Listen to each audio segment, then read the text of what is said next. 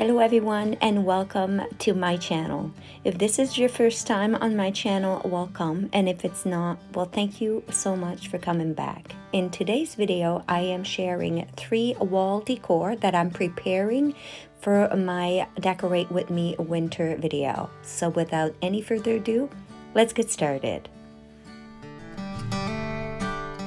I went to Home Depot and I bought some board and got them to cut them for me, and I'm creating multiple signs today, so I'm painting a lot of boards. I will use one of these for this video, but the first thing I'm doing is using my 1-2-3 primer and giving it 2 coats of primer. Now I'm using some of my white Rust-oleum chalk paint in linen white and giving 2 coats of this as well.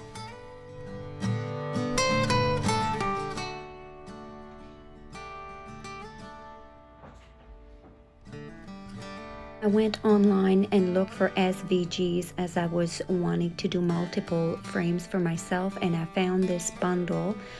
It's a winter farmhouse bundle, and it's created by Browncowcreatives, and it's a really nice shop. If you're looking for nice bundles, or you can buy them singular as well, I suggest that you go and check out her shop. She has amazing stuff. This is not a sponsored video. I just came across this lady and I love her work, so I'm sharing it with you. Today I'm going to create a sign for my back porch, and I'm going to make this truck. And in this video I want to show you how to create a sign bigger than your Cricut mat. I've had requests for that, so I'm going to do that for you.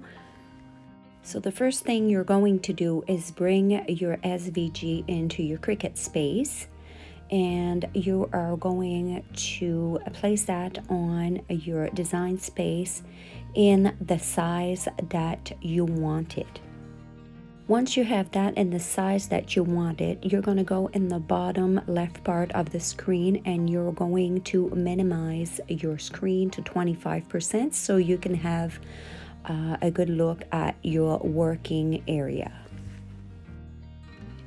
So my frame is going to be 22 by 20, so I need to create 2 sections in order to fit this truck on my mat. My mat is 12 by 24, so I'm going to create 2 sections of 22 by 10. It'll give me my 22 by 20 frame. So each one of these 22 by 10 rectangle will hold half of my truck.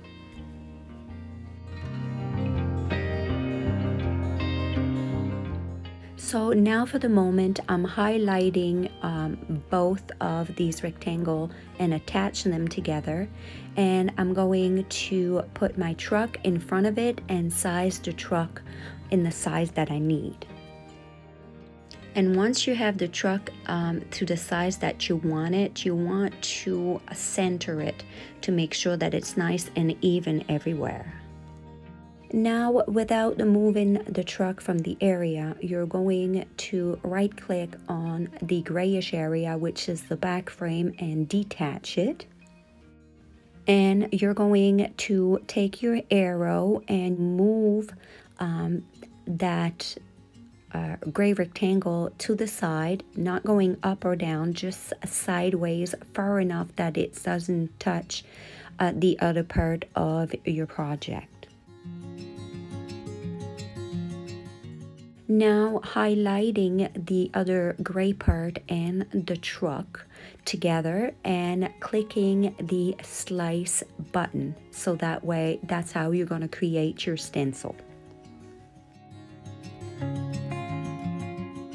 Now click on that other gray box and using the arrow to replace it back exactly where it was.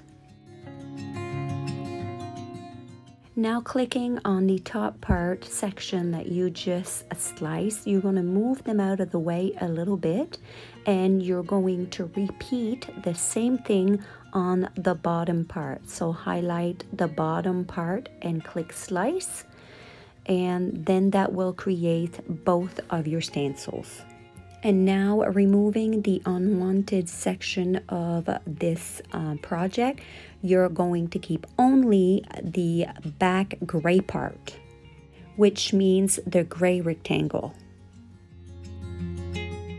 Now you have your two stencils that will each fit in a 24 by 12 inch mat, so you will have to do two cuts.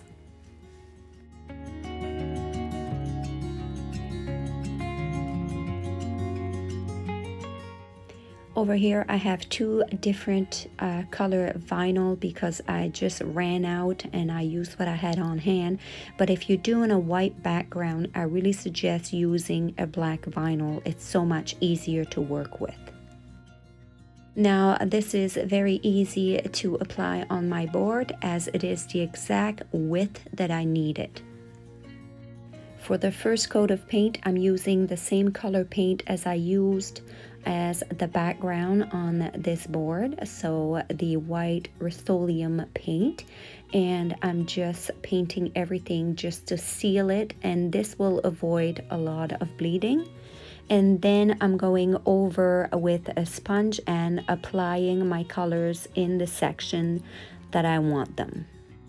I'm doing multiple coats just to make sure I get the coverage that I want and the colors looks right.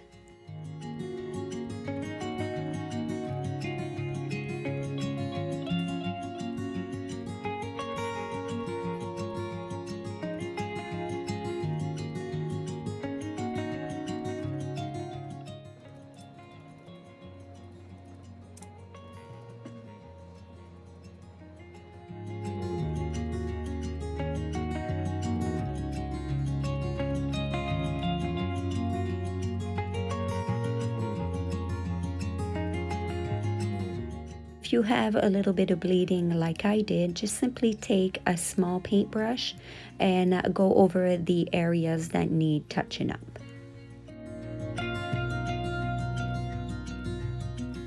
This turned out beautiful. I'm gonna go ahead and make a frame for this truck, and I'm not going to show you how to do this as like I said, I have that on another video, and I will post the link to that video in the description box.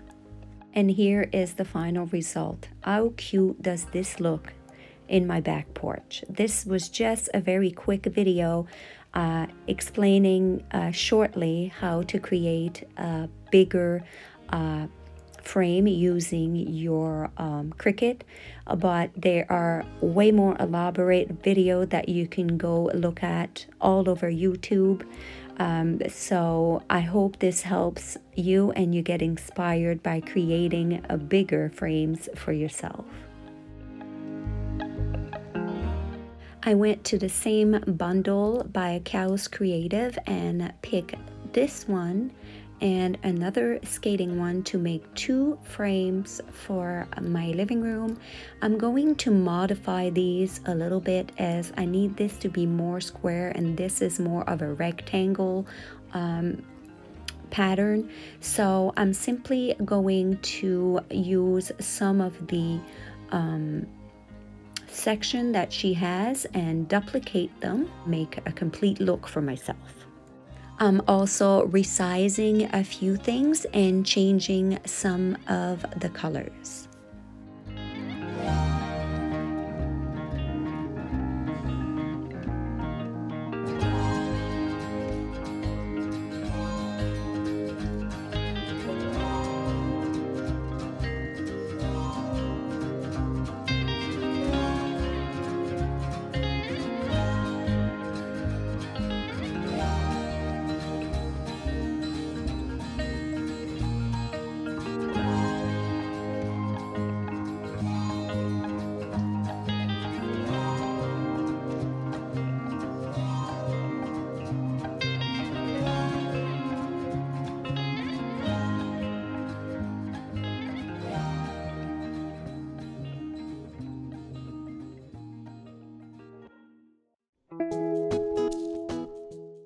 once I have everything the way I want it, that it looks good to me, I'm simply highlighting everything together and I'm flattening the picture. I have some square frame on hand that I use for some fall project, and one of these frame has a broken glass on it. It doesn't matter because I don't need the glass for this project, so I'm gonna go ahead and remove everything from this frame.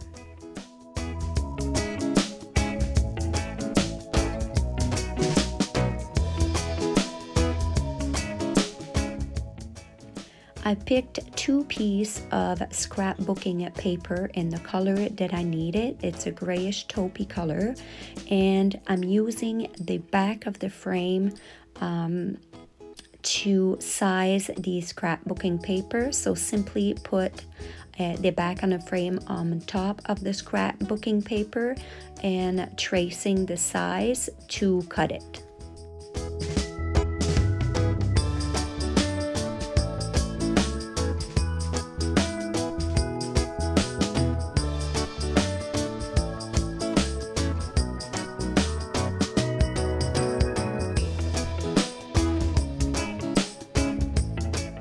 Now I'm placing the scrapbooking paper and the back part of the frame back in place. And remember, I am not using the glass part of these 2 frames.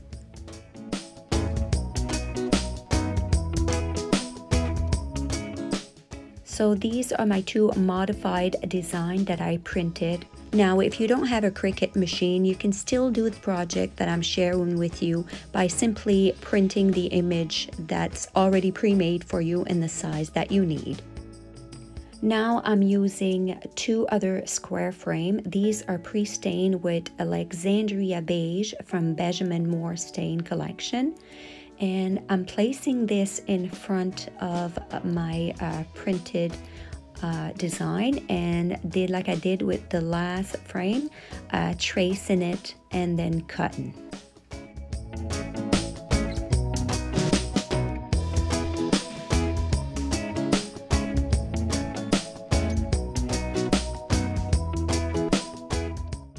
I'm putting double-sided tape on the back of both of my stain frame.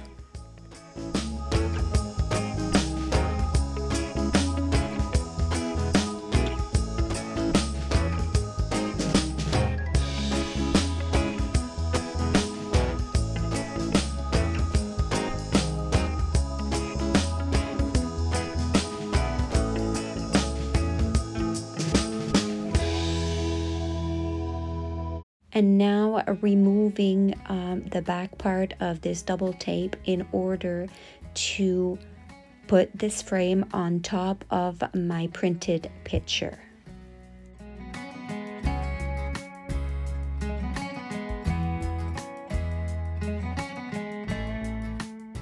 Now I'm applying pressure and turning it around and make sure that it's nice and secure. I'm repeating this whole process to the back of these 2 stain frame in order to do the same thing and place that on top of my bigger white frame.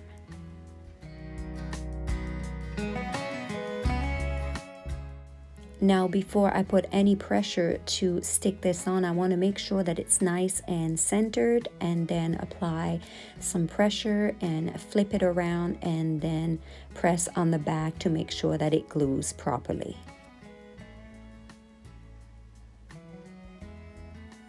Now, how easy were these to make? And here is the final result. How cute are these frames, and they are so simple. Anybody can do these. Let me know what you think of this idea in the comment box.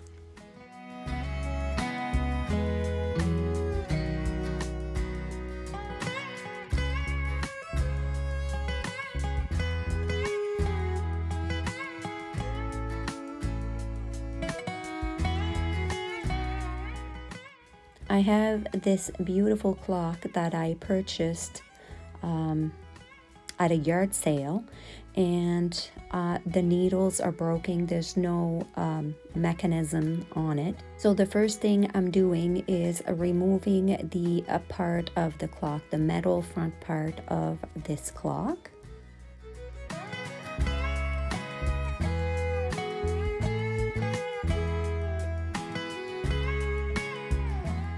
Now I'm using some of my Irish sea color, and I'm painting all the areas with the red.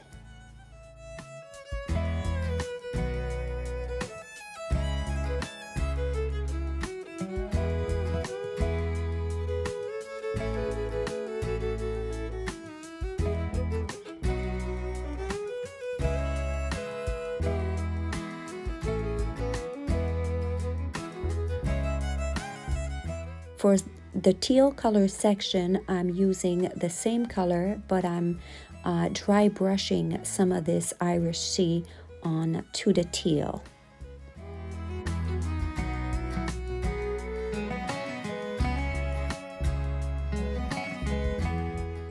And now for the beigey brownish section that I have left on this clock, I'm using some white chalk paint, and I am dry brushing again over the section.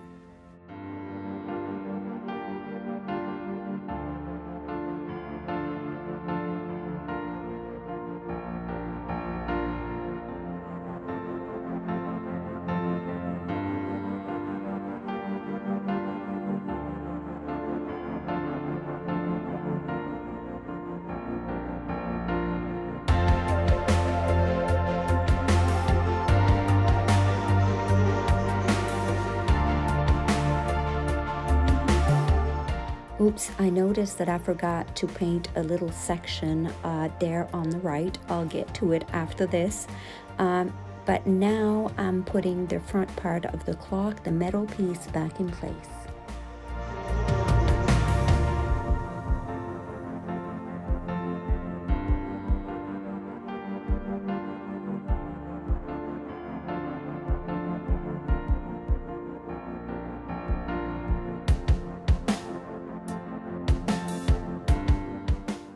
I could turn this to a clock again, but what I have on hand is just too small for this big clock, and I went all over town looking for some big clock needle, I think that's what you call it, and I couldn't find any, so I came up with another option. So I'm completely taking off this back part of the mechanism for the clock, as it's broken anyway, and I'm not going to use it. So I'm removing everything.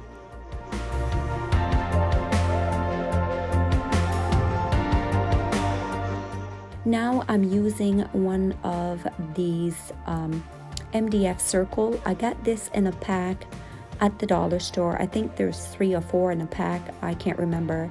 But I'm taking my Irish sea color and I'm dry brushing some of this color to this board, as I want this brown to come through a little bit, not much, but a little bit. So I'm going to go sideways horizontal, and then I'm going to go vertical as well.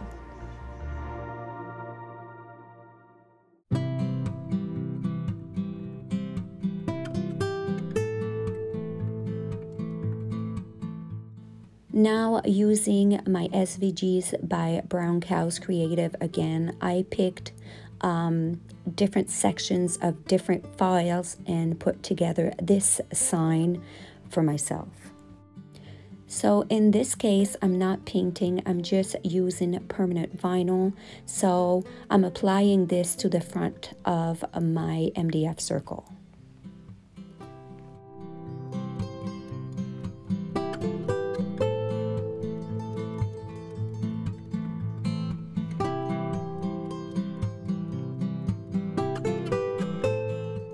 Now, using a command strip, I'm placing my circle in the middle of my clock area, and this sign says it's winter o'clock, so I don't need any clock needles, as it is winter 24 hours a day. I have placed a little puck light on the back of this clock. It is a remote control, so it will give a really nice gentle glow at night. And here is the final result. This was such a good piece to make over. It was so affordable for me to redo, and I love the fact that there is no needle on the clock. It's a winter months and it's winter o'clock 24 hours a day. Let me know what you think of this idea in the comment box down below. If you would prefer the clock needle or if you like this idea. Well, that's it for this video, folks. I hope you enjoyed it, and if you did, please give me those big thumbs up. I want to hear all your comments down below, and if you haven't had a chance to subscribe to my channel and you like what you see, well, please hit that subscribe button. Until next time, have yourself a wonderful day.